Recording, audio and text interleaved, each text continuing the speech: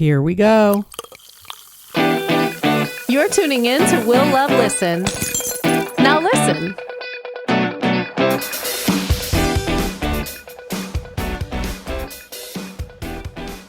It's officially the year of the horse and a one universal year in 2026, which has a lot of changes astrologically.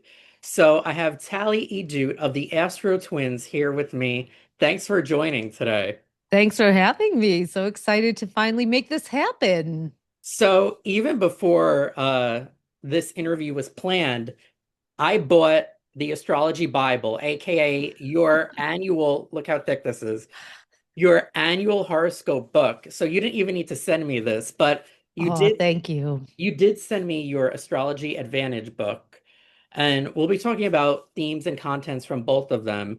But Great. I really wanted to have you on here to focus on 2026 because what I like about your annual book is that you cover all forms of astrology. And what I mean by that is you cover Western astrology, specifically tropical, aka zodiac astrology, what we all know as the 12 signs. Hmm. You also cover Eastern astrology, specifically Chinese astrology, and you cover numerology as well.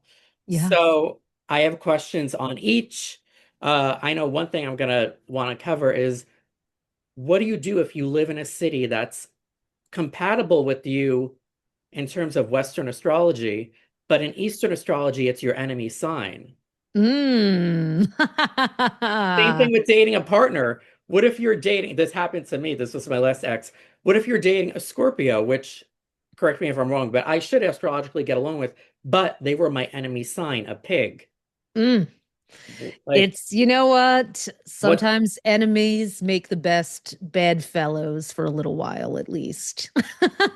There's a thin line between love and hate. And I mean, I kind of believe that everyone enters our life for a reason. And if someone can provoke enemy feelings in you, then they might be showing up for you to help you do some shadow work to connect to feelings that maybe otherwise you wouldn't allow yourself to feel, oh, I don't want to feel hate. I don't want to feel anger. I'm a good person. Yet we all have all these dimensions inside of us. So it can be maybe you need to live in a city that's your quote unquote enemy sign city because you need to learn what doesn't work for you and then refine and discern what does. Like in that case, if something's so compatible in terms of Western astrology, but in Eastern astrology, it's not, which one do you go by? Or do you just expect to enter and have great highs and great lows? I would say it's a little bit, I think you have to take both energies into account. And I also try to encourage going beyond the whole concept of an enemy sign or good and bad in astrology, even compatible, because we have something to learn from every energy and every sign. So, but to answer that a little more directly, so a Scorpio pig, and you are a Pisces. What is your Eastern sign? I guess Hey, you're a snake. Okay. Snake and pig are enemies, huh? Yeah, I can imagine those two together. Well, snake is a lot like Taurus in the Western, and pig is actually like Pisces. So there actually is a little bit of a compatibility there. Just see what you can learn. I think the people we attract into our lives are teachers for us. So you can say, well, I really do connect to this watery energy, but this indulgent pig energy is really making me feel like I have to be the responsible one in the relationship. yeah. You know, what did you learn from it, I guess, is the question, right? That's true. Yeah, that is true. I learned to try to make sure compatibility is checked off in all three categories: Eastern, Western, and numerology. That's what I've You learned. did. Well, for Pisces, which is your sun sign, that's important because you are the 12th sign, and being the ultimate empath, you are going to absorb the energy of whoever you're with. So a slight incompatibility, which might be a nuisance for some people, could really drag you down, I'll bet. Yeah, I would say that's accurate. Mm-hmm. Mm-hmm. Now, where do we begin? I know. I don't know how that comes out of us every year, but somehow. Well, we can talk about the big themes that are affecting everyone this year. Yeah, I definitely would like to go with the big themes. And if you could at some point, do you think you could give a brief forecast for every sign? Sure, Okay. absolutely. Yeah, Unless we start with the forecasts, your call. we can. Well, let's talk about the biggest things that are happening this year. I mean, we named this year every year. We pick a theme after we Yeah. write all the, intense and descriptive horoscopes forecast for all 12 signs. Then we sort of have the ability to zoom out and say, what is going on here? So the theme of 2026, we named it the year of the unbridled spirit.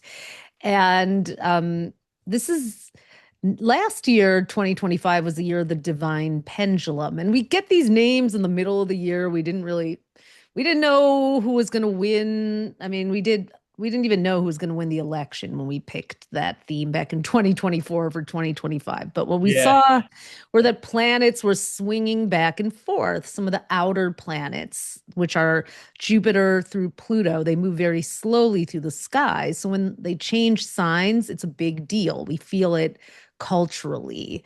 And last year, Saturn, which is structure, Neptune, which is our dreams, and Uranus, which is technology, progress, we're all going back. They swung into a new sign and then went back to the ones they were in for a long time. This year, now they're in the new signs again for longer periods of time. So we got a little glimpse of progress and change in 2025. And now the guardrails are off in 2026. There's a big emphasis on action this year. No more ruminating, thinking, wringing our hands, wondering what to do. We have to take that first step. I think Martin Luther King said faith is taking the first step, even if you can't see the whole staircase. And I think that really is, the theme of it. And also remembering that we're spiritual beings having a human experience. Because one thing I hear people saying, and you've probably been feeling this, like, the world is in such a crazy place. It is. Oh, yeah. I mean, Yeah. people are going to bars with their GPT dates, we don't know what's real, what isn't. There's like another political dumpster fire, secret police. I mean, Yeah. it's It's the best of times, it's the worst of times right now. And I think we have to remember like this craziness, there's something bigger than all of this, not to ignore it and not to bypass it at all, but remembering that, then coming in and getting into action.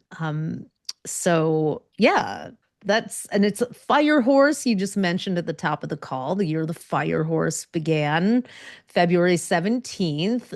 We haven't had a fire horse year since 1966. ooh, Yeah, every parallel 60 theme. years. Yeah. Well, the Black Panther Party started then. Kwanzaa was invented, and Indira Gandhi became the first female prime minister of India. The people were burning their Beatles albums because John Lennon said that the Beatles were bigger than Jesus. He was the Bad Bunny of those years, I guess. There was a lot of activism, civil rights Which you're energy happening. Yeah. which is we're seeing that now. People Abs- are fed up with the oppression. And it seemed like in 2025 a lot of people are going to kind of cower, yeah, but it's almost like you feel the energy shift immediately. I And people know. are becoming more vocal. They're like, we're not standing for this. You see mayors and governors starting to put their foot down as well. Yes, So, thank goodness. yes, exactly. You're starting to see a more aggressive energy where from sides that otherwise were a lot more submissive, let's say. Yeah, there's a big reason for that astrologically. Saturn and Neptune, which I mentioned, two of the pendulum planets, have moved into Aries, the very first sign of the zodiac.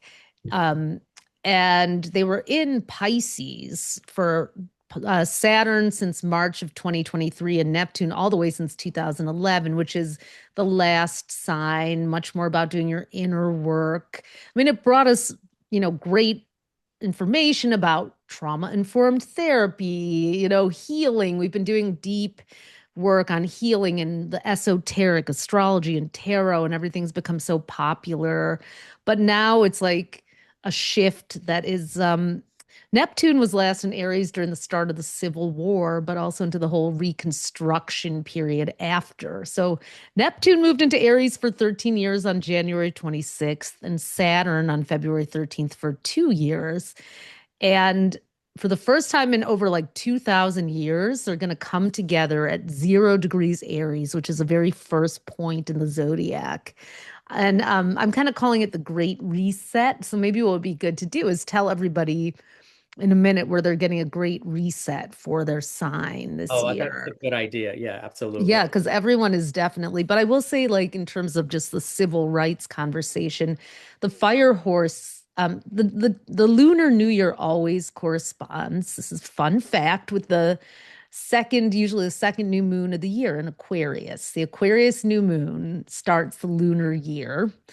And this year we had a solar eclipse on February 17th, a ring of fire solar eclipse too, which is starting the fire horse. That's when the moon is right in front of the sun, but it doesn't quite cover it up. So there's this like fiery ring around it. It's really a beautiful spectacle, but it's like, wow, the ring of fire with the fire horse galloping out of the gates. And Aquarius is a sign of social justice, humanitarian work, also technology. So we have to watch the oligarchs. But For sure. yeah, I know it's like it's such a weird time in that regard because there's what does progress actually mean for humanity? And that's the question. Like, is it progress or is it not? Yeah.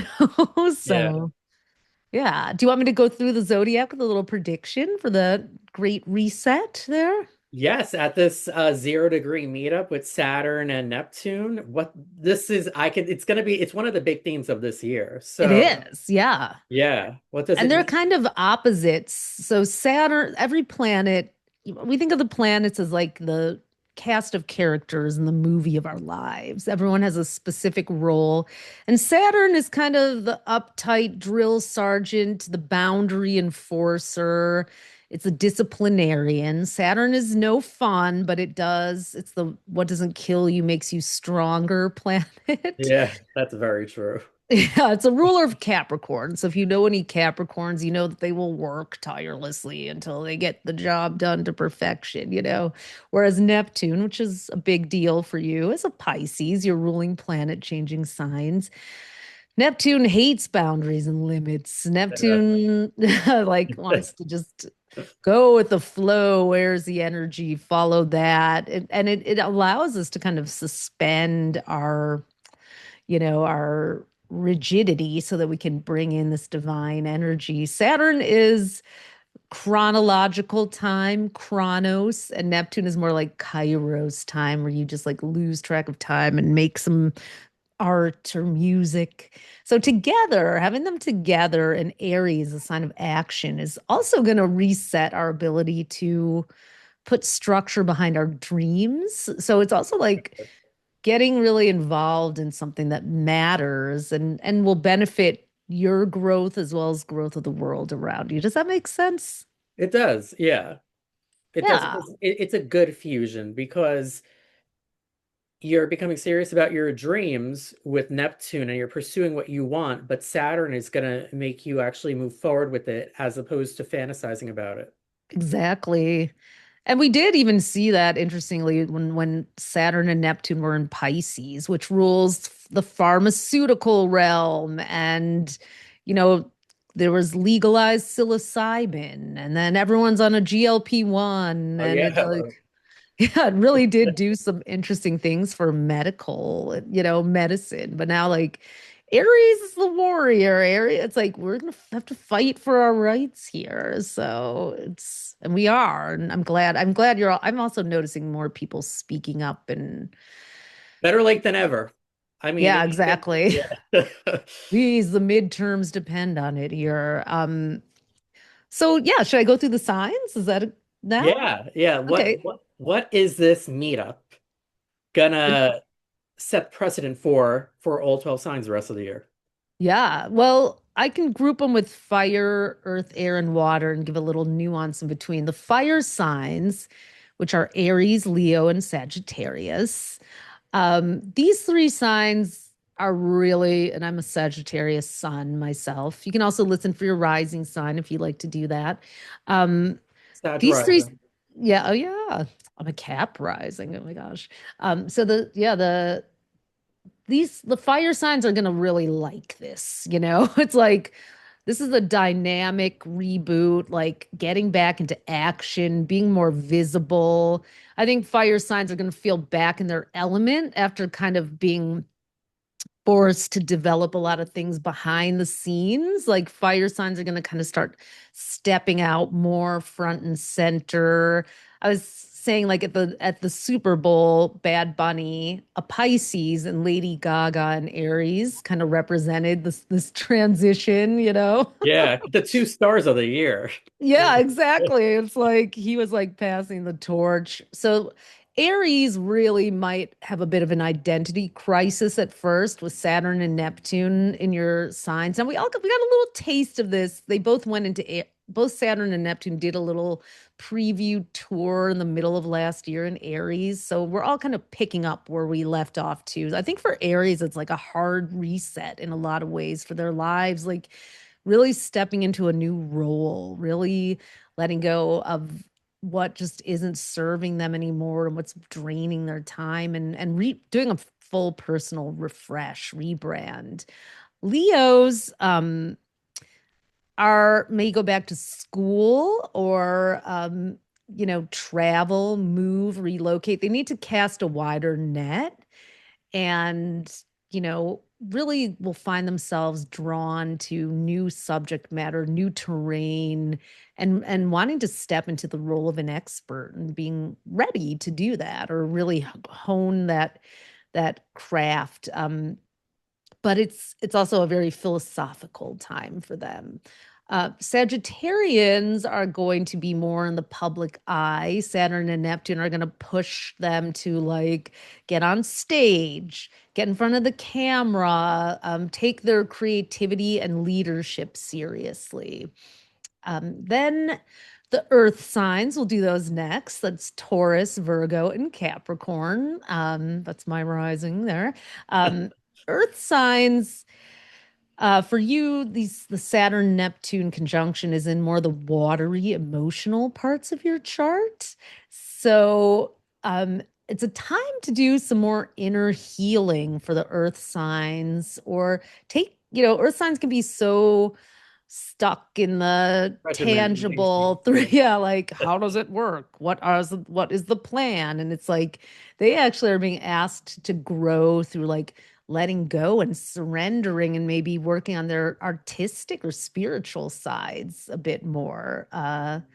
Tauruses especially have a lot of the next this year for Tauruses maybe a little bit like, oh, where am I? Especially they also have Uranus, which was in their sign for 7 years, like leaving on April 25th. So it's kind of like getting reacquainted with yourself. But a lot of, Tauruses could find mentors and really helpful people showing up to support them. So they should be open to that. Virgos have this great reset happening in their wealth and sex and intimacy part of their chart. So relationships could be make it or break it. Like they have to be careful who they get into bed with literally and metaphorically. Because the right partnership could be really profitable or rewarding emotionally for them. And Capricorns are needing to like make some decisions about home, like getting more serious about home and how they take care of the home, their body that is their home. There might be some family responsibilities that they need to get in alignment with their energy levels. And Capricorns tend to provide for everyone, but they need to maybe share the duties a little bit, or it's but finding a place called home. Then we have the air signs, which are Gemini, Libra, and Aquarius. And the reset for you is with groups, partnerships, social life, like the people that you surround yourself with. You're going through a reset there. Um, for Geminis, you know, being part of a team and a collective is always rewarding. Geminis kind of thrive in partnerships, but now they might want to, instead of twinning, try, being a septuplet or being part of a community here. Actually, the sun just came out. I'm gonna close this curtain behind me so I don't turn into a ghost here on camera. Um,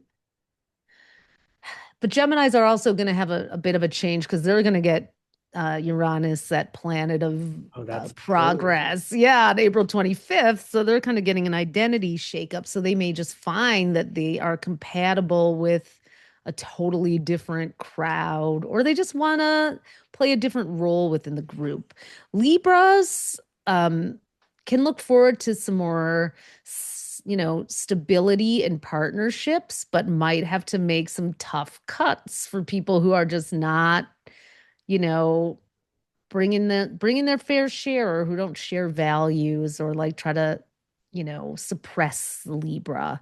But their relationships could get serious and long lasting. And then Aquarians, have a chance to kind of get their message out there. This would be a good year for an Aquarius to like start a Substack or start a podcast or get involved like in organizing, start an indivisible group or a community action group. All the air signs, like Mom Donnie is a Libra. So all the air signs are kind of like the community organizers and the leaders. Are actually, interesting enough, so is Gavin Newsom, AOC, and Kamala Harris and Mamdani are all Libras. Sometimes you see like a Wow. pack of people, like Yeah, a all these. theme. Yeah. Yeah, I know all these, right?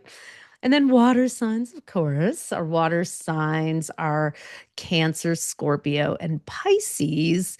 And the great reset for you is actually around career and money in your professional path. Good.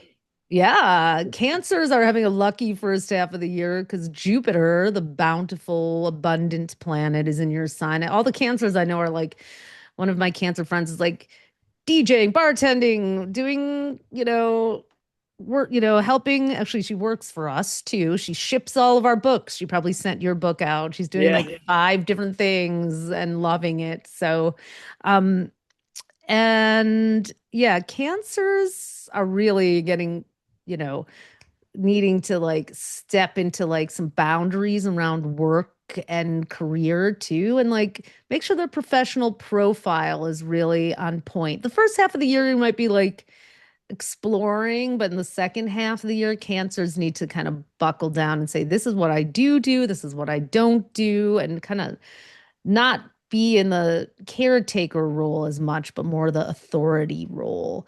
Uh, Scorpios are kind of on a work and wellness kick. Like you need to make sure your work-life balance is handled, Scorpios, and that you're like taking care of your body and your health and not letting stress take you down. And Pisces, you have a lot to celebrate because you are dragging Saturn and Neptune around. I mean, having Saturn in your Yes. sign is no fun. I bet the last 3 years were a pain in the ass, huh? Yeah. I mean, there were, They were great, but it yeah. was like, I felt like there was a lot of forward movement, but it came at with a price and Mm. like a lot of responsibility.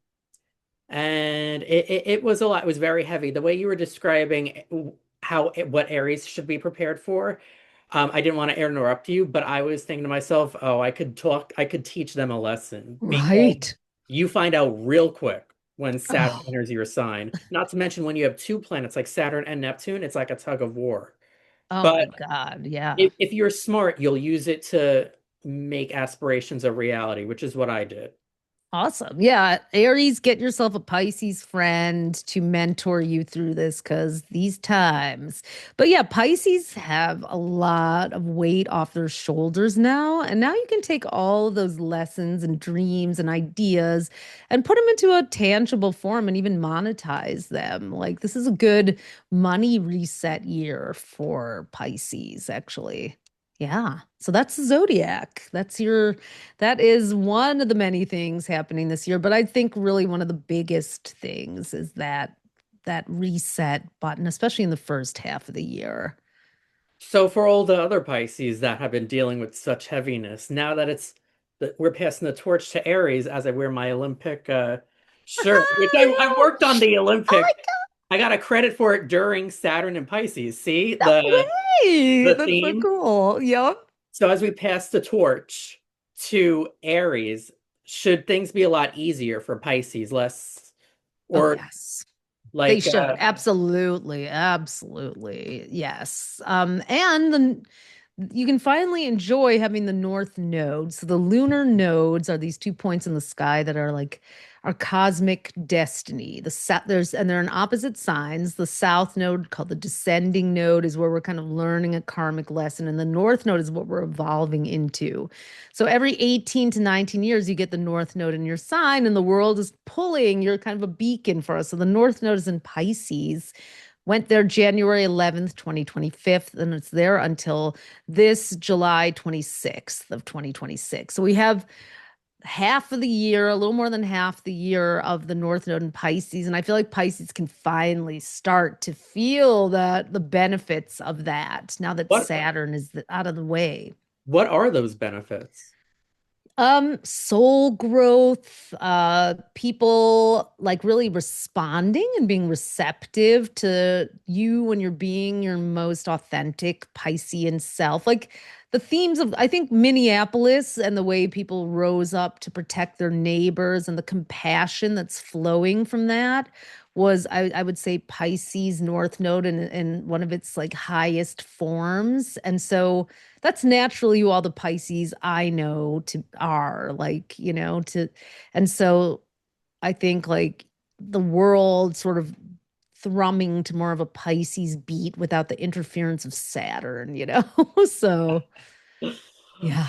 It's like green lights essentially. Green lights, yeah. I mean, the South Node in Virgo is interesting because Virgo rules insurance and health and wellness, and we have all this you know, stuff with the Affordable Care Act and people losing their insurance and the cost of living being high and Very all high. these Yeah. regulations, all these rollbacks with the environment. So we're kind of seeing what the shadow of when we don't care for those Virgo areas of life, so I think there will be a shift in a positive direction. Sometimes during the nodes, like you have to see things break down.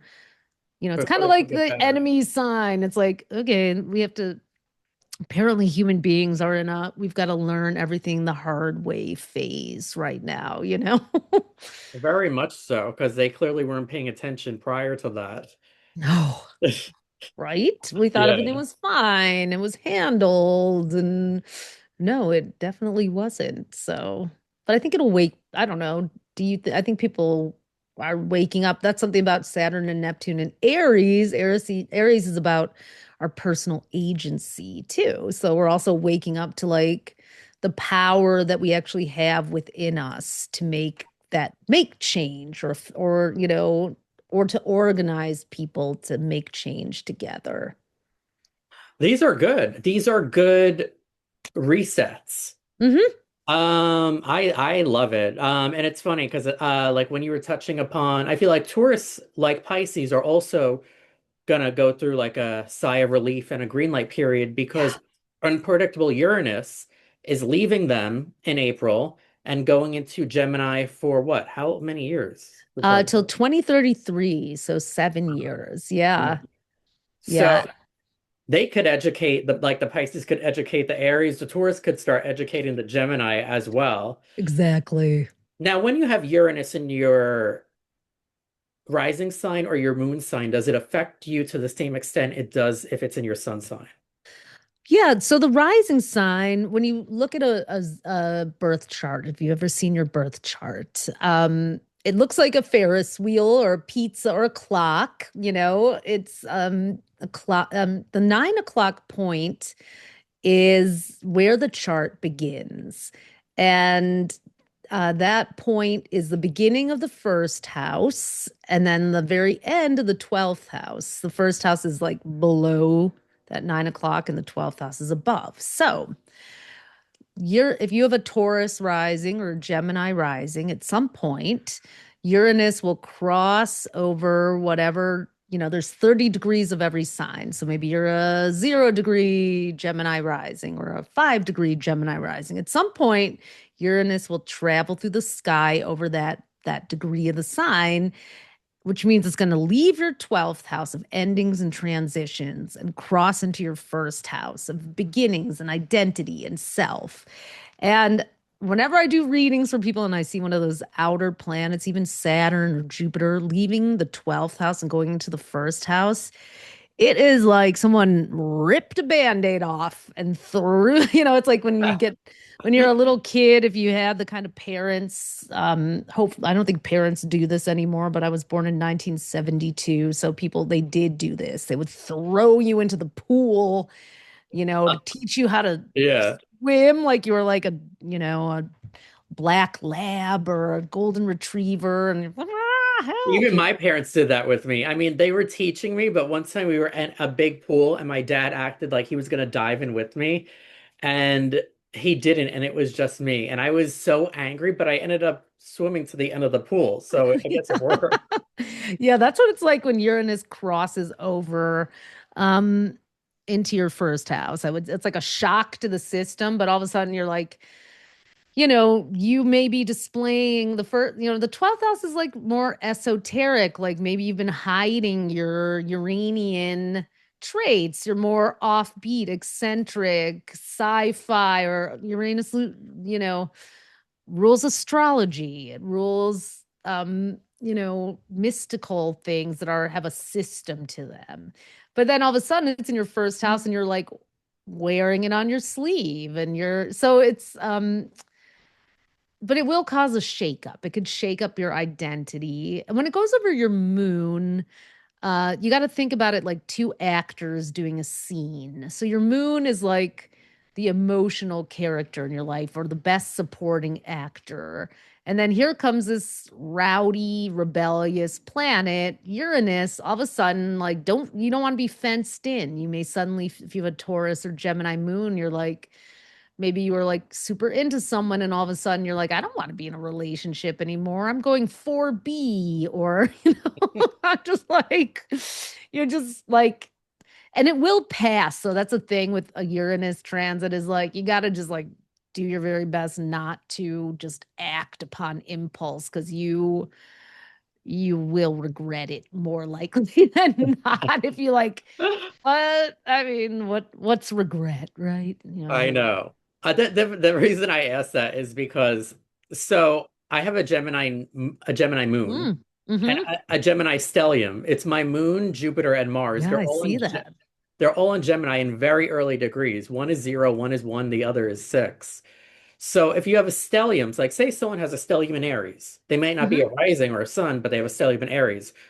Same as Gemini. Like in my situation, they have a stellium in Gemini. Will they feel when planets like Saturn or Uranus go into their sign? Oh, absolutely. Especially when it crosses over the degrees. So, Uranus was already in Gemini for a little while in 2025, from July 7th to November 7th. So it definitely crossed over your 0 degree Jupiter and your 1 degree Mars. So Jupiter is about worldly expansion, travel. I don't know if you suddenly decided or entrepreneurship or if you had like a big idea or you just took a risk or did something like out of character maybe last summer. Um, several stories that I wrote became cover stories like 4 months in a row. Oh my God, really? That's awesome. Yeah. Well, there you go. That Jupiter rules publishing. So, and Mars is drive, and so those are two very energetic planets, and like, so, Uranus also rules kind of the cultural zeitgeist. So, like, whatever you were saying was like, people were responding to. Now, it'll hit 6 degrees. Your moon is 6 degrees Gemini, I think later this year or like the fall. Um, and it's in your seventh house of relationships. So there could be some interesting developments in relationships. You could meet someone on an app or also just be like, I don't want to be in a relationship. I need my freedom. So yeah, you'll feel it. You'll feel it. We never quite know how it's gonna turn out, but we Yeah. can look ahead as astrologers and speculate on things the way it might affect you. So Yeah, exactly. So that's good. So maybe I'll get more cover stories as the year. Um, exactly. yeah, and those were good interviews too. It was Frankie Grande, Sandra Bernhard, Cyndi Lauper. Oh So my God, yeah. awesome. I mean, all awesome. Yeah. Sandra Bernhardt, and I think Cyndi Lauper is a early Cancer, and Sandra Bernhardt, I think, is a Gemini. Yeah, pretty sure. I don't know what Frankie Grande is. Do you? His sign? Is he a Virgo? Oof. I shit, I don't know. Now I I'm don't. inclined to like Google it real quick. Exactly. We have to now because I mean, this is when you start to Astro Geek. You He's an really have to. Aquarius. Oh, Yeah. Aquarius. Okay. I love it. Isn't Cyndi Lauper like 70 years old or And something she's like still killing it. She that? like just did the tour. She's doing a residency in Vegas. She has Working Girl, the musical based on the 80s movie. Oh my So, God. yeah. Well, she's got Jupiter in her sign, so that's an example. Like, so if you are a Cancer or a Leo this year, you have lucky Jupiter in your sign, and that is something that only happens every 12 to 13 years. So, Jupiter will expose, and if you're doing great things, it's going to shine a big spotlight on it. If you're up to no good, it's going to bust you as well. Like Elon Musk is a Cancer. He's getting, I mean, Exposed. exposed. Yeah. Yeah. But also weirdly like off the hook at the same time. Well, that's But the Jupiter. Jupiter could yeah, get you off the hook. Yeah. exactly. I was just thinking about how Bill and Hillary Clinton are talking about how they're going to testify about Epstein, but Bill's a Leo. He Maybe he better should they wait till the end of summer. yeah, or Yeah. not, because if Yeah. they're, it might actually get worse then. Yeah. So, right. Or, we do want to know what that, I mean, we don't, and we do. It's the horror of it all. And that's also something like Jupiter in Cancer is bringing this sort of exposure of crimes against girls. So Yeah. Cancer being kind of this ruling women and girls, and Jupiter exposing that. So you see weird trends. You start to like see that's how astrologers forecast. We also look back over time and history and see what happened the Compare. last time. Yeah. Yeah. Like Neptune moved from Pisces to Aries as it did on January 26th of this year.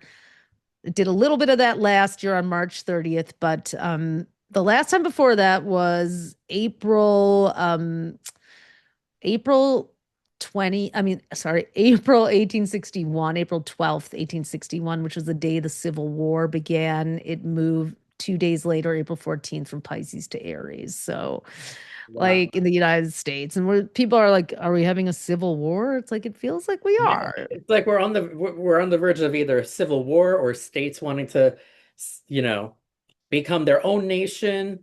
Hmm. So, yeah. Right. We're going back to the Confederates and the Union again. I mean, wouldn't surprise me. I mean, if it'll lower the cost of living and have more harmony, I mean, sure, why not at this point? Right. Yeah. Didn't work out really so well last time. So yeah. Ugh. And other themes of the year, switching from Western astrology, although unless you want to talk about Western more, I was going to talk No, no. a little bit about Eastern astrology. So we were Yeah. in a snake year, which are years known to be transformative. Hmm. And the general symbolism is that you're shedding your skin. It's like a rebirth, a death and a rebirth at the same time. Um, I felt like that collectively was very much 2025. A lot of things were exposed. I think a lot of people had a change of heart about a lot of how they may Hmm. have stood in 2024 versus their stance upon things by the end of 2025. Yep. Um, and yeah, it was a heavy year. Heavy. Yeah. A heavy year. And this is coming from someone who is a snake. Mm-hmm. Even I thought it was a heavy year. Now there was some stuff I was dealing with that was rectified by the end of the year, but some stuff I was waiting months and months to get an answer, and that consisted with a theme. It was heavy. Oh yeah. Yeah. And never knowing where people stand, the snake kind of shape shifts and deceives and charms. Yes. Actually, and I'm not an expert on Yeah. the Eastern zodiac the way I am on the Western, but I have heard that like until your 60th birthday, so the people born in 1966 are turning 60 and they're having their golden birthday. But if you are a snake and it's a snake year, it actually angers the gods, angers the Oh, that animals. makes sense. Yeah, so it's actually not supposed to be a great like so if you're a horse born in like 1990 or 1978, or 1960, well not 1966, you're good. But you're actually like supposed 2000. yeah, That's 2000, right. You're supposed to wear red and carry jade as sort of an offering, So it's yeah, so if you are a horse not born in 1966, but so there's actually five elements in Chinese astrology as opposed to the four that we have in Western. Um so if you're born in a year ending with 0 to 1, your metal, that's your metal, and years ending with 0 to 1 are the metal element. Years ending with 2 to 3 are the water element. Years ending with 4 to 5 are the wood element. So we're just coming out of that. 6 and 7 are fire, and 8 and 9 are earth. So we're now entering 2 fire years. And so we're coming out of 2 wood years. And so it takes 60 years for the animals and the elements to line up the same way they were when you were born. So this is the first time since 1966 that it's been both a fire year and a horse year, even though we have and so as a result, some say that it's for 1966. You're not turning 60, you're turning one. It's your first birthday. So you get to be young as you want to be. But yeah, it's wood years are about steady growth. There's just a lot of like upward movement, but also like things can get kind of like rigid too and stuck. Fire comes in and kind of clears it. It's very dynamic. Things can move fast, but they can burn down fast too if you don't contain the fire. So, you know, where it's felt like things were stuck and stagnant, like maybe taking a long time to manifest over the last couple years. Now it's like you light a match and boom. So like it can be a little bit jarring, like, wow, be careful what you wish for in a fire year. Oh, that's interesting.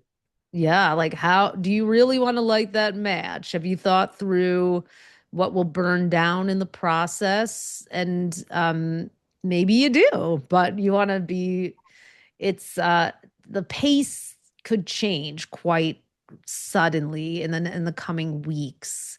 Also moving from a snake to a horse. Horse is like Gemini in the Western zodiac. So a lot about, horses are quite communicative as creatures. They move in a herd. They actually pick a best friend. So they kind of do their twinning thing and they like stand head to tail and swat each other and groom each other. So having like an ally by your side. It is a good year, actually, even though there's a lot of independence with Saturn and Neptune and Aries, to have like a really solid partner by your side. Not even necessarily romantically, but just doing things in pairs and in teams is good during a horse year.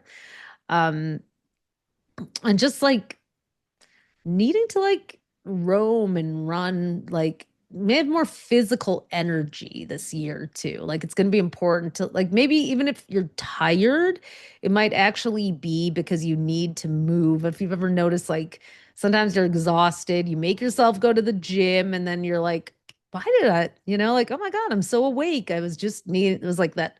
So the stagnant energy can bring fatigue this year. So just see what happens if you even just like do a yoga stretch, bend over and let the blood rush to your head, and then you might, suddenly feel awake. So You made a little good techniques. you made a good point because you said that like the horse moves quick, but it's a fire horse here, which expedites it even further. So Yeah. things could change, things could move quick. Um, so I do like that. Be careful what you wish for it. Yeah. Or like things could tie, like, if a certain someone in office is no longer, well, physically fit. It's, is no longer fit since the start, but in my Yeah. humble opinion. But yeah, the whole regime could collapse Yeah, quickly. things. Yeah, it's almost like a storyline in a show. Like things could shift dramatically. Totally, Yeah. totally. Um, but yeah, and also like given that so last year was a 9 year, we can talk. Do you want to talk about the Yes, I numerology was a going little to shift bit? right into that. Yeah. Yeah. So there's there's a cycle of 9 years in numerology that we get by adding up the digits of the year. So 2 plus 0 plus 2 plus 6 equals 10. And then you drill it down, 1 plus 0 equals 1. So 1 through 9. So last year, 2025, the digits added up to a 9. And 9 is the end of a cycle. It actually goes 8 year, 9 year, 1 year. It's like my numerology um, advisor, Felicia Bender, who I learned everything from, who writes for our books. She says that's like this tough kind of transition. So since 2024 to 2026, it's like end and begin. So and things kind of probably settle a little bit more in 2027. We'll have a little more of like okay, I can see the runway here. But in a 9 years, like endings, Intense. Yeah. so much like just grief and sadness. And the 1 year is like kind of like surveying the landscape after a fire, and being like, whoa, what do I need to rebuild now? And what do I not want to rebuild? So quite quite a task before us. It's so true because when it was a 9 year, um, a colleague that I was good friends with died. He was very young. Mm. And so I was doing work with NBC, which is now Versant because they split. Hmm. So it was like I went from being with NBC for X amount of years to now doing work with Versant. So it's stuff like that happens. Oh yeah, Um, and very sad and and like almost like unmooring and like what the heck is going on, it's like right? exactly like you say, a cycle of endings. Yeah. Hmm. Yeah, and can be confusing. It can be you're not quite like there's a fog last year that I think is now lifting with the Lifted. fire Yes. horse. And being a 1 year, it's like new beginnings. I feel like it's a fresher time. It's probably a bit more aggressive, but in a good way. It's like, right? It's a 1 year. It's like you go, it's fresh starts, new beginnings. And I feel like 1 years are when you start, at least with me, when I look back at the last personal 1 year that I had, which was 27. No, what was the last 1 year universally? It was Let's 2017, see. right? Yes. Yeah, that was Yes. mhm. And even though I wasn't in a personal 1 year, it still felt like a 1 year because it was a world 1 year. And I just felt like that year I was socializing more, I was meeting more Yeah. people. Things felt lighter than 2016. Yeah, I think it was a dog year too. 2017, I'm pretty It was a sure. rooster year. Oh, it was a Earth Yeah. rooster. That's right. Yep. Yeah, or metal rooster, metal rooster. No, no, what am I saying? Earth, fire rooster was fire. 6 and 7 is fire. Yeah, fire rooster year, of course. I mean, that was the year of the Fire year again. Women's Yeah. March. Right, totally. It was Women's March and a lot of activism, all the protests at the airports. It was like there were the Muslim bans and so much like mayhem and just response. And we're already seeing that this year with like, the protests against ICE and so I don't think that's going away, especially with the midterm election. Like that It's was not. Yeah. yeah, 2017 was Trump's first year in office. And so his inauguration. So yeah, the chaos and mayhem then is like, but we're building upon, each one Oh, builds it's upon. So gonna it's going to build, be that's for sure. Yeah. right? Oh God, yeah, that was quite a time. Then we had the Earth dog after that, right? Oh my God. Earth pig, Earth dog. Yeah, that was Yeah. Those were rough. oh, doesn't seem that was 9 years ago. So the 9 year cycles. Yep. Yeah. And it feels like it was just yesterday. Right? It's like pretty easy to recall. Yeah, it doesn't feel that far off. I know it's like time is moving faster and faster for me personally. I don't know. It's like we are in this interesting sort of it feels like human spirit is like really wanting to come back, especially as like Yeah.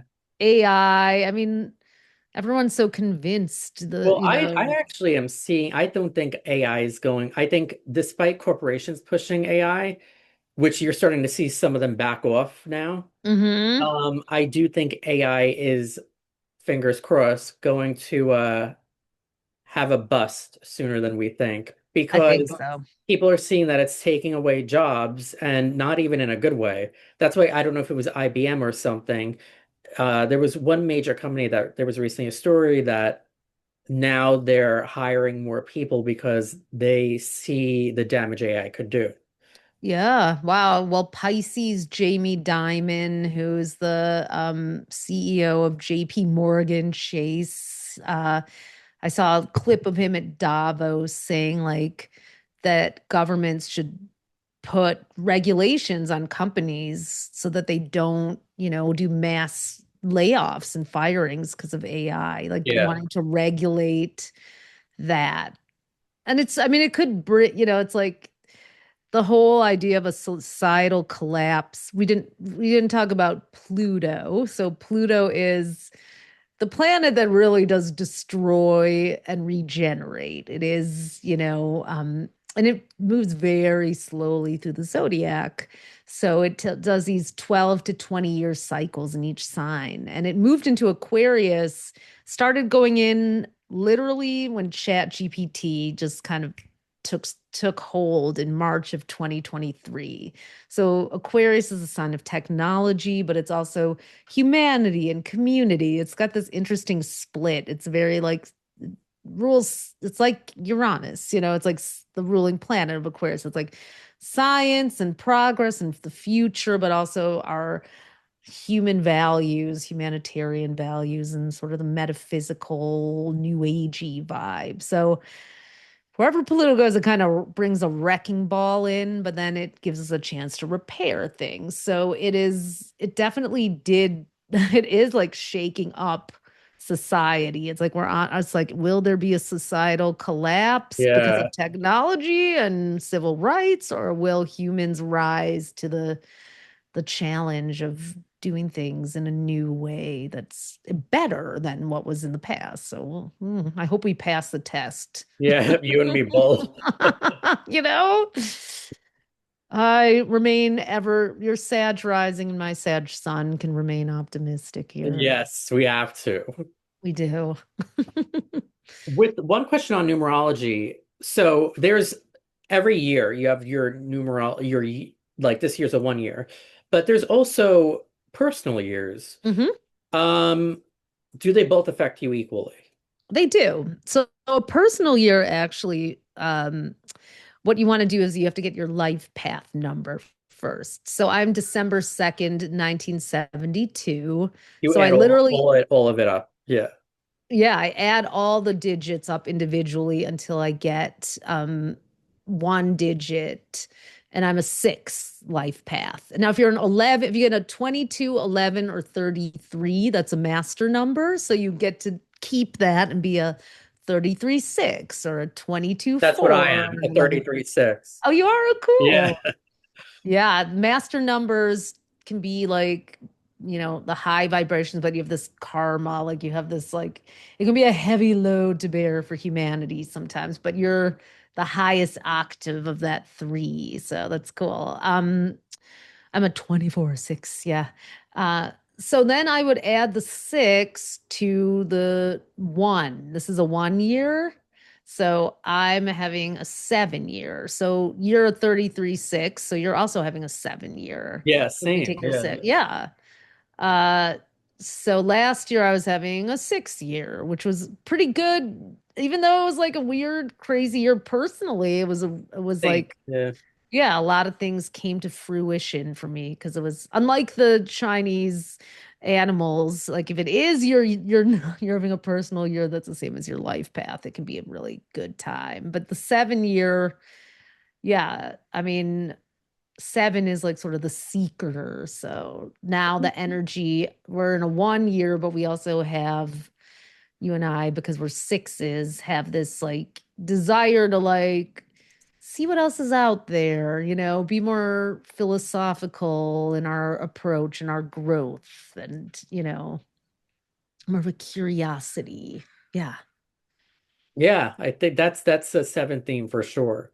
Mm-hmm. Yeah. Yeah. So you kind of merge. It's like that's the thing. Like there's always contradictions. Like it kind of goes back to the first question you asked me. Like, what if you're compatible in the Western, but completely incompatible in Eastern? Well, you actually have to sort of, figure it out how to work with these weird, because even in your birth chart, when you do your whole birth chart, you'll have for sure planets that are doing very different things, and you have to figure out how to like it's like a family. It's like if you've ever done internal family systems counseling, or if you've sung in a chorus, you got to make sure everyone's got their part down, and they're not always going to be harmonious, and it's a constant balancing act. That's Yeah.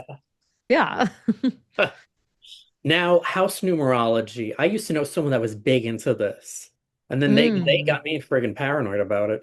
But they Oh say yeah. like where you live sets like the precedent for the energy of that home and themes associated with it. And they say it's good to live in a house number that's compatible to you, but more importantly, it's good to avoid karmic house numbers. Mm. Like I think there's four of them. You don't want to live in a house that is or adds up to 13. Right.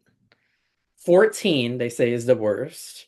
Mm. Um, and then I always forget what the I think two it's other ones. 17 and 19 or something, isn't it? I don't know. I forgot which ones they are, but yeah. It's 16 and 19. I just looked it 16 and up. 19, that's right. Okay. Yeah. Well, there's a workaround for that. There's a workaround for that. What's the workaround? So, the way you get your home address numerology actually is you just add up the numbers in your house. And if there's an apartment number, you include it. Um, Like if it's 12A, that A would be equivalent to a you 1. you ignore the A, but if it's 12 apartment 2, you would add the 2. Okay. And you don't do the street number if you live on like 12th Street or, 18th Ave. You don't do that. You just do the number of the house, is the way I understand it. Not the building if it's an apartment, for example, or Well, if it's a building, yeah. If it's a bit, it's literally the building. So, you mean like if you're in, like say you're at like 250 Anderson Avenue. I'm just making this stuff up. uh-huh, But uh-huh. you live in apartment 12. You'd add the two plus five is seven, then you add the 12 because it's a numbered apartment. Okay. I All have right. I have two apartments in New York. One is our office and one is our living space there. And one is a six and one is a seven because one's unit one, one's unit two. So we add that in. But if it's an Okay. A or a B, you don't You take that don't. into account. Interesting. Okay. So let's say you don't like what, like my house that I live in is an 11-2. Okay. And that was super hectic. Like it was like disruptive kind of energies and people coming in who were And just it's like, yeah. And I was like, ugh, I don't like this. So what I did was I went on Etsy. I was like, I want my house to be a six. I called Felicia and asked her, I was like, should it be a seven? She's like, not for you. You're going to be in your head too much. Like, so I got a little number four, like a cute little vintage brass number four, and I nailed it to the back of my door. And then it made my house a six. So what you can do is actually add a um, number to the back of your door to like make it the energy you want it to be. but with that, is it the are you getting the energy of four or are you getting the added I'm energy? getting the added energy. Yep. Okay. Because my house is an 11-2. So we take the two and plus four is six. Yep. But Ah, the that's four, even if I do get a little bit of the four, it's nice because four is very grounding for a home. But I feel six because I'm very creative here now. And I feel like, I've been able to create a lot of beauty inside of my home, which is what six is about. I Yeah. kind of want to do the same because I actually it's the same situation for me too. That's so funny you said that. It's a mine adds up to an 11. Oh, wow. That's so funny. Yeah. Which So, I guess yeah, a is lot of good. It's good revolving for door. it's good for intuition, but I've always been intuitive, but it's annoying in the sense of it's like it's heavy. It's heavy and it's like, it can bring like, it can be disruptive for relationships. I think an 11 too, like a lot of big personalities or egos or Can it also battles. bring house guests from hell at times? Oh, yeah. Yeah. Did you have one of those? Oh my God. But Yeah, but that's interesting. So that's a good hack that people should be aware of.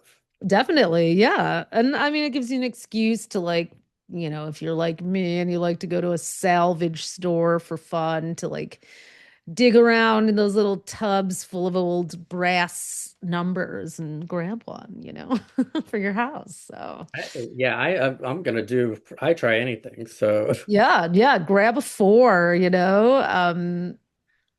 and I mean, you could even do that in a room if you want to energize it a little bit too. Like, and just play with it. Like, I put a five in like the center of the house just to play with like the energy a little bit that's there. so cool. Yeah, Yeah, I was looking for some change to happen and resets in my house, and it worked actually. So now I should move it now that I mention it because the reset has happened. Yeah.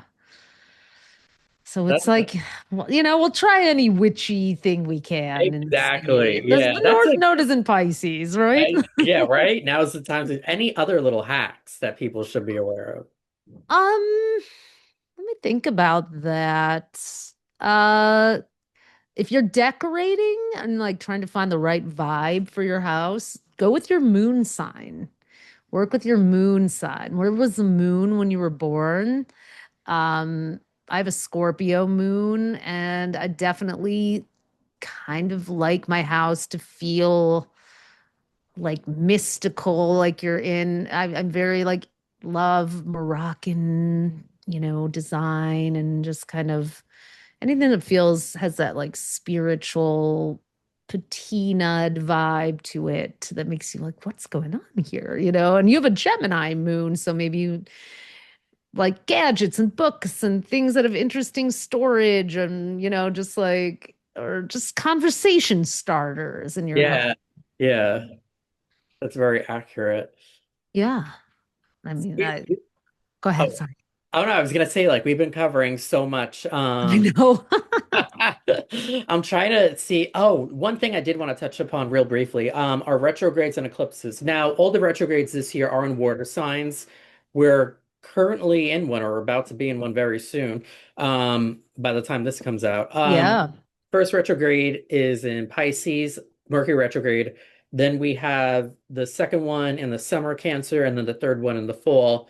It's going to be Scorpio. that's right. Yep. So, does this mean that these retrogrades are going to be more emotional for everyone because they're all in water elements this I year? think so. I think like, and it really does fit. Like, as people are really dealing with the weight and heaviness and the layers of, probably guilt and shame, who of the cover-ups of the Epstein files, and um with Mercury about to turn retrograde in Pisces from February 26th until March 20th. It's like having to go in and review and assess, like, where did we ignore our emotions? Where have we been putting up with stuff? Where have we not been honoring our emotional intelligence and our feelings? I think it can be good.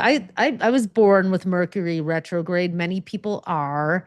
So for me, it's always like weirdly like good things happen. Like sometimes Oh, contracts will come in, and um but yeah, we have a Venus retrograde this year. That comes every 18 months. We actually had one last year in spring of 2025. Now we have one in the fall of this year, October 3rd until November 13th.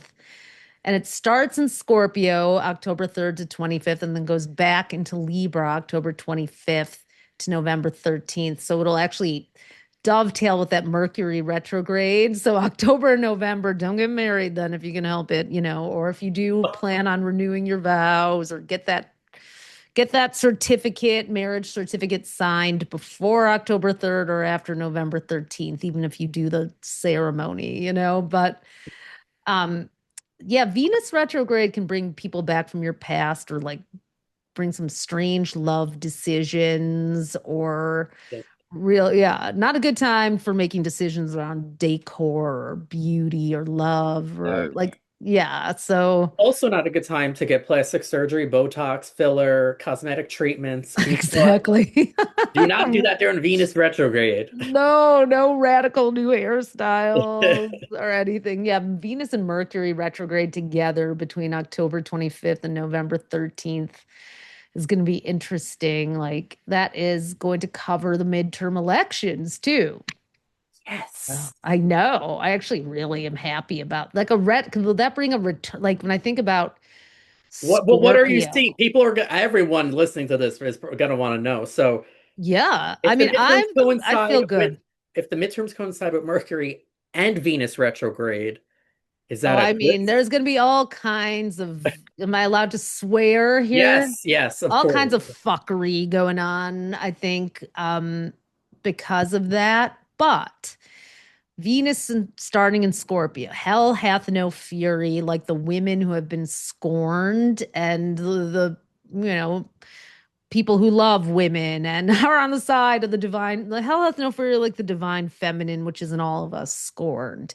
Um, I just think that I think we're going to see a real swell of people who regretted maybe being undecided or not Yeah, voting, or voting for Jill Stein in 2020, or just like not voting for Kamala or whatever, being like, I need to really get involved here. Also, the yeah. North Node, the lunar North Node goes into Aquarius, and the South Node in Leo.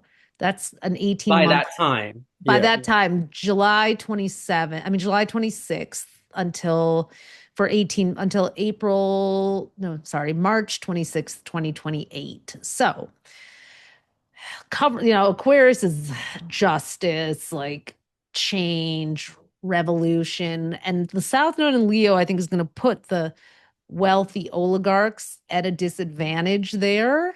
And so I'm really seeing like, I'm feeling very hopeful about the midterms. If people get involved, we Yes, have to get people need to get involved. involved. You can't just assume Oh, it's gonna go a certain way. I don't have to worry. I mean, I Yeah. think looking at the state of the fucking world right now should Yeah. say you do need to do whatever you can. Oh, exactly. Well, Saturn and Neptune now in Aries, I think like we're going to start seeing some leaders coming up who are going to like simplifying the message so and the action plan like I mean, you were just born like, a year before this was happening. But in the 90s, we had this rock the vote thing on MTV. Like MTV was where we went for all things cool and what we're supposed to be guided by. And when they told us to like go out, they had buses going all over, registering people to vote, Oh, they should showing be people doing that how to do now. it. Like I think that kind of thing needs to happen. I think we're going to Yeah. see all kinds of like activism with youth and things showing up. Also, Aries is youth. I think the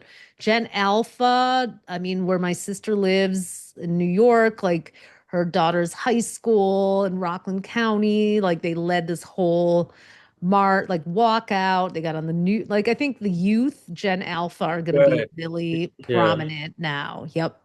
Yeah. Because, the other side was really trying to get their support. I know. Uh, Yeah. It's con- crumbling now. Congratulations, you could be a bigot again, but you're not going to have any job security. You're not going to be able to afford a home, and life is going to suck. But you could be a bigot without consequences. Is that really? Right. Yeah. Exactly. And you can be jacked by my supplement? All of them get fucking surgery. I know. It's It's like, and that is also the shadow of the nodes in Virgo and Pisces too. It's like, you know, the supplement grifts and the faith grifts like Erica Kirk and company. I'm living for the battle between her and Candace Owens, who are like opposite signs and both yeah. horrifying. Candace Owens is a She's so Taurus. I've always kind of um liked her to a degree because sometimes she'll make sense Yeah. and then she goes back to sounding like an asshole. So it's like, oh, I'm Yeah. unfollowing her again. Exactly. It's like then she gets on the Macron, Then it leave seems like she's Brigitte like Macron alone. It's like then it so. seems like she's starting to, come to her senses and it's like, okay, finally. And then So it's like she unravels. Like she's a Taurus. Marjorie Taylor Greene is a Gemini. The two signs that have Uranus going back and forth, like are like weirdly influential, but also like horrifying. Nick Fuentes is oh a Leo, God. another horror show there. Yeah. Erica Kirk is a Scorpio and Candace A Owens a lot, you Taurus. know, a lot of, and I could say this, um, a lot of people in that group are, I think, closeted homosexuals or bisexuals, and they're just Hmm. fighting it. I think Nick Fuentes is one, Oh and yeah. that whole little Hell Hitler group, most of them are. Yeah, I mean and I mean doesn't Grinder crash at all the All the Republican? Grinder always crashes at an RNC event. I Yeah. was joking to my friend about that. I'm like, you know what? We should actually go whenever there's a Republican National Convention and vacation in whatever city, and we would have no trouble like meeting people. Rock the vote in a new way. Maybe it's a new way to rock the vote, and then you can kind of get Exactly. someone to change their perspective after the fact. Jock the vote. I don't know. Cock the vote. But just get them, on but you got to be careful because then you have someone like Peter Thiel whose lover fell off a balcony. So, just don't go up to, anything over the make sure they have a ground floor Yeah, room. exactly. Oh my Yeah. God. So Make sure you crazy. share your location with your best friends. Exactly. Have them waiting outside the door. Oh God, it's so demonic, isn't it? I It mean, really is. It really oh is. my God. I But that's some good hope for us for as the year progresses collectively. think so. I feel like, With yeah. these retrogrades, finally something good with the retrogrades. Yeah, I mean, they can be. I think a They might pay return off to our with the midterm. feelings. Yeah. Return, Now, I mean, if go you ahead. have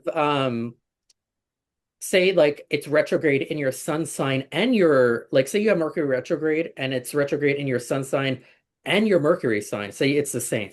Or and Yeah. same thing with Venus. I'm assuming it will affect you a lot more.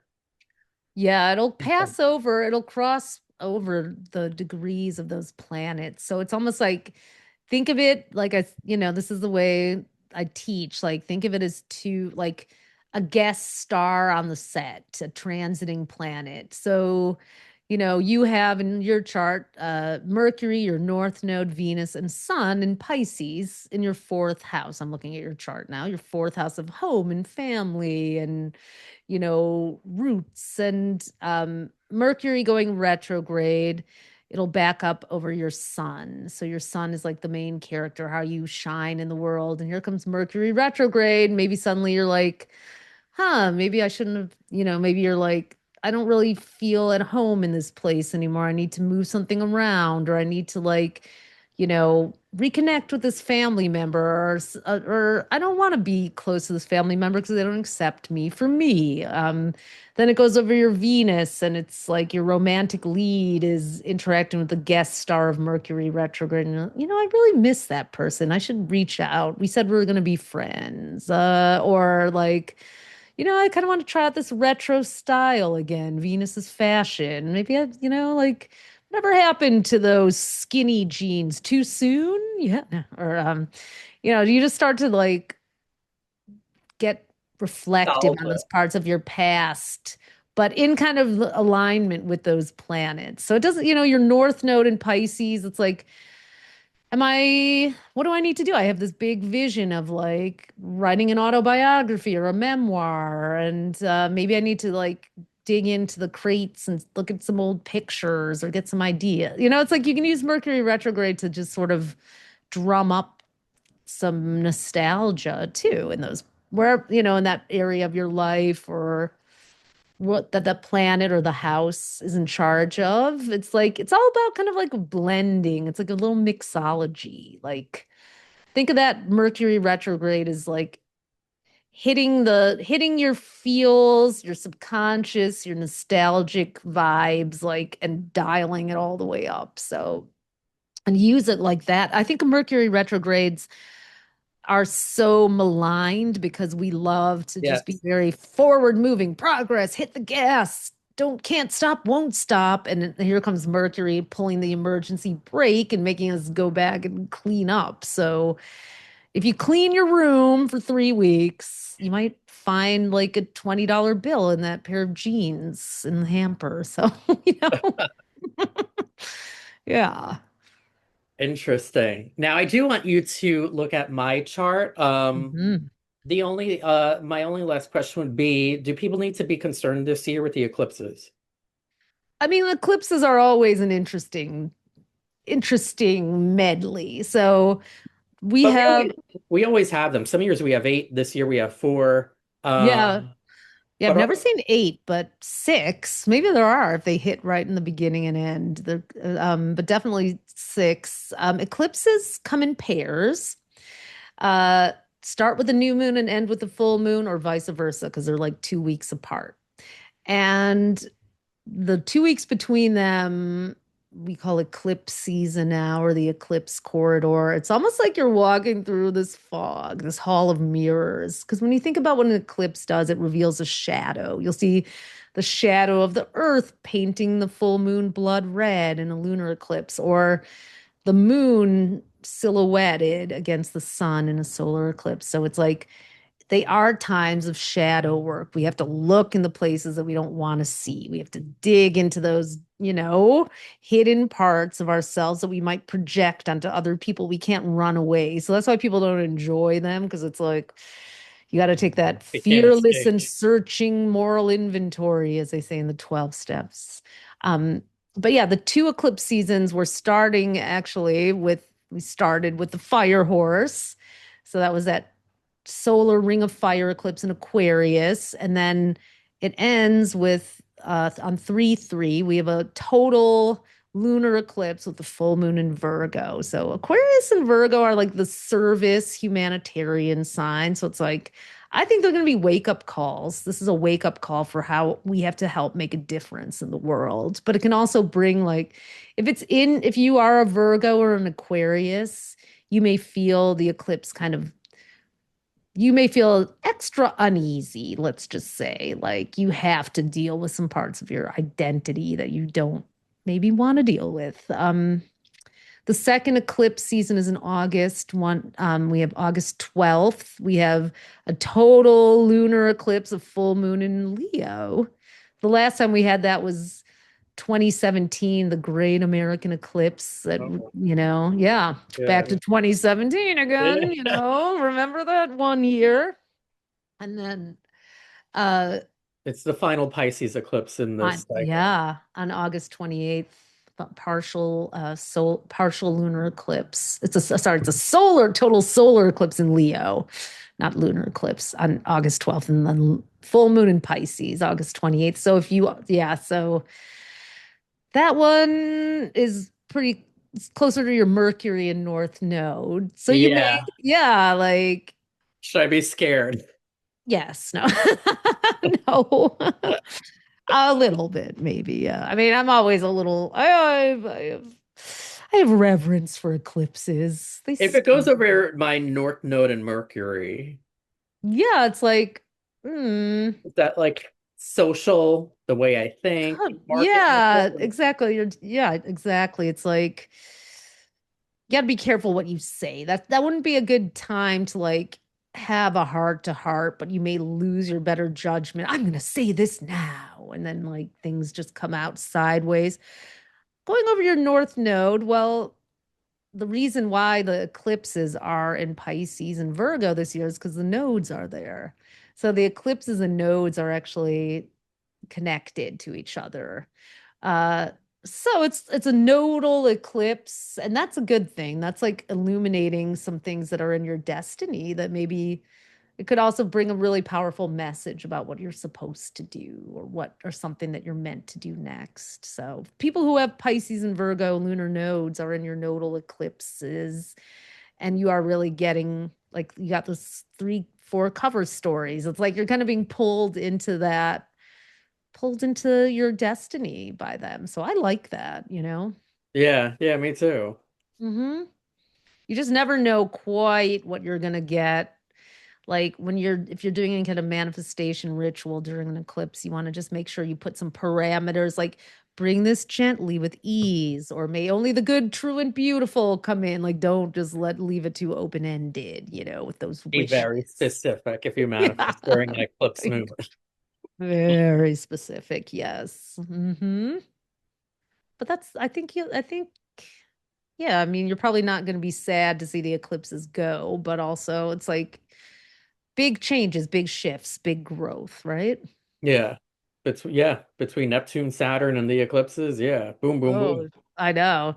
You have a very mutable chart too. Like almost everything, like you do have, it's funny, your chart is cool because you have Saturn, Neptune, and Uranus together in Capricorn. Then you have Jupiter, Moon, and Mars, and Gemini, and Sun, Venus, North Node, and Mercury and Pisces. But then your Pluto and Scorpio is just hanging out by itself.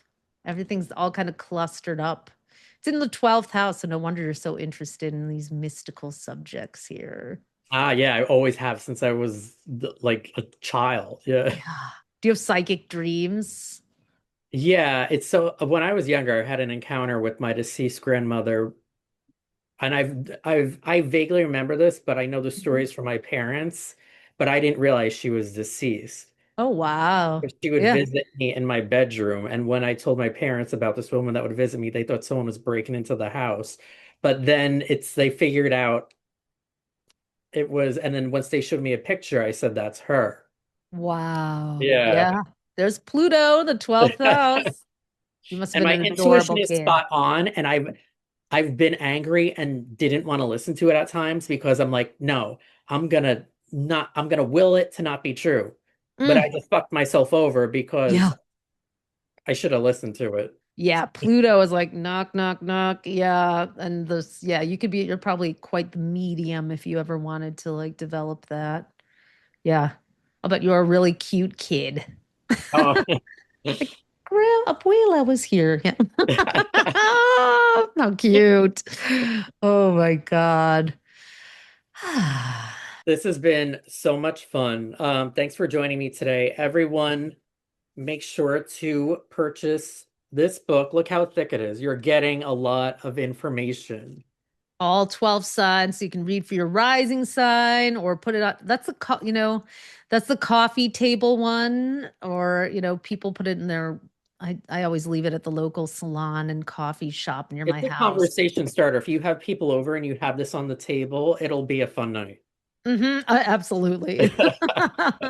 It's It so detailed. is. You have it's like you have the sign for the year, but then you break it down to the moons of the year to it's very detailed. That's why I love it. Oh, thank Um, you. Thanks for getting it. Yeah, it's definitely the companion. You can look up any date and be like, is there something happening? I'm feeling like Mercury's retrograde. Let me look at the date. Okay, yep, it sure is. yeah, exactly. This has been so much fun. You have to come Um, back. I would love to. It was so great. I love this conversation. Yes. I'm gonna tag you and invite you to be a collaborator when everything comes out, both in the podcast and with the magazine also. Awesome. Thank you. Oh my God. Yeah. And you I live in the will. city. Sometimes I do, who I've interviewed on and off for like the past decade? Ooh. Susan Miller. Oh yeah, she's And I know, awesome. She's a friend of ours. Yep. yeah, I know you guys are friends. Sometimes we do dinner.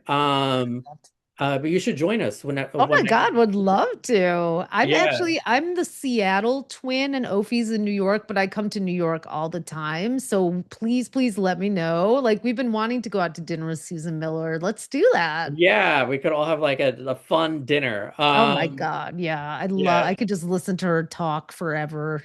I know she has tails. I know. And she will She talk does. forever. Yeah. Yeah. Which is great because I'm like, tell me more. Yeah. She's Yeah, like my right? idol. She's like, I always loved astrology, but she's the first person to write it in a way that like it got through for me that I found. And I just really, she's the queen. Yeah, she breaks it down to you in a way that's very easy for you to understand. Oh And yeah. yeah. She's And so versus, smart. I'm sure you're familiar with some of these other ones that are very wordy and they come off just a bit ostentatious. And that's not the way to go about it if you want people to like resonate with you, you know? I know. Yeah. No, we always say, my sister and I, that we like to bring the stars down to earth. Like, if you can't use it on this planet, what the hell is the point, you Yeah. know? Yeah. Yeah. Well, it was so great to meet you. It was so fun, and I'm glad we made it happen. And yeah, definitely tag us on everything. And yeah, we'll absolutely do it again. Yeah, for sure. All right, we'll take care, and I'll talk to you real soon. Yeah, talk to you soon. And Okay, let me know when you're bye. gonna